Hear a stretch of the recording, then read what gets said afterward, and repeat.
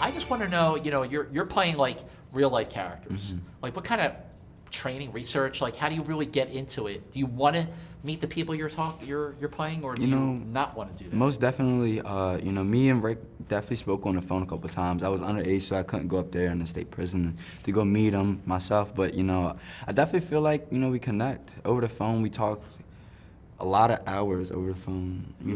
He'd call me on my off days, he'd call us on set, we would just show him a lot of love, and, he was really supportive, and, we try to support him.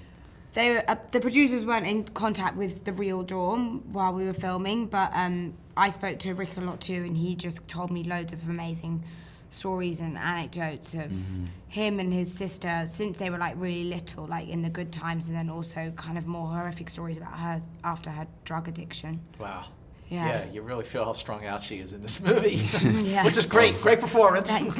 But so you walk into a room one day, you go in for an audition, a screen test, chemistry test. Boom, there's Matthew McConaughey. What was that day like?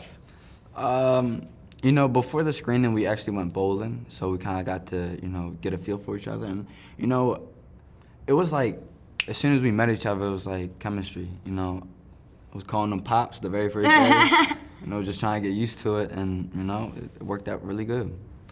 What was your score? Oh, he beat me. He beat you really at good bowling. bowler? I'm not gonna say he's a great bowler, but I'm not a professional myself. I scored like 52. Oh wow. I got like 117. Bowling, not for you. No. All right, so in terms of like making a film like this, what's the hardest thing about making a film where you're juggling a lot? Because there's the dynamic with the family, the dynamic with the drug dealers, with the FBI. It's hard to know who to trust. And then you're playing real life characters. Like, what was the hardest thing about making a movie like this? Right? Making it true, Yeah. Actually taking yourself and putting them into a real life character's shoes, I feel like that was the biggest part because it wasn't a made up character. I felt like if it was a made up character, we would have had more openness and more creativity. It's not that More we like didn't have freedom it, to more do what we freedom want. to do what we want, but since it was a real life character, we had to really take his experiences in and everybody's stories, And we honor really his take them. story. Exactly, With playing a real life character, especially this is your first like major film. But you just like you're cool as a cucumber, both of you really making this movie, and there's so much to it. What's the biggest sort of like thing you learn about filmmaking? Humbleness, how this industry can eat people alive. Staying humble is one big key, and creativity is also, and how amazing people actually are.